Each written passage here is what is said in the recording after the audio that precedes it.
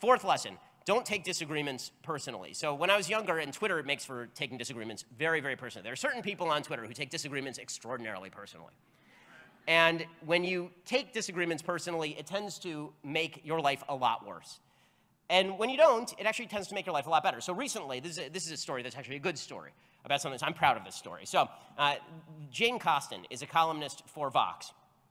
And Jane is very much on the left. And about a year ago, I would say, she wrote a piece in the New York Times, in the op-ed page of the New York Times, that was titled "The Hollow Bravery of Ben Shapiro."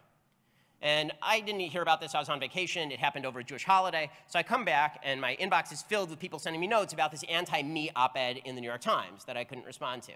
So I had two choices. One is I could get pissed because the article was utter horse bleep. And I could get angry, and I could respond to that, and I could get in a fight with her. Or I could reach out to her. So what I actually did is I sent her an email, and I said, you know, we'll have to agree to disagree. I never claimed that I'm a particularly brave human being. There are people who actually are brave. They serve on the front lines, right? And there are people who are actually brave. They're cops and firefighters.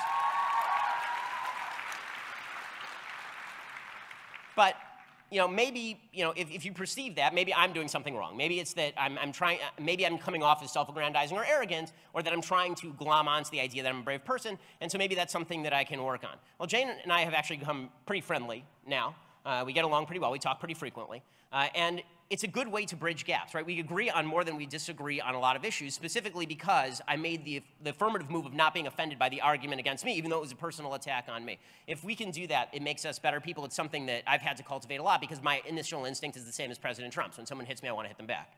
But sometimes it's actually worthwhile not necessarily to hit back, but to actually work on thinking, okay, number one, is the critique true? And number two, should I get offended personally, or should I attempt to actually reach out and do something about it?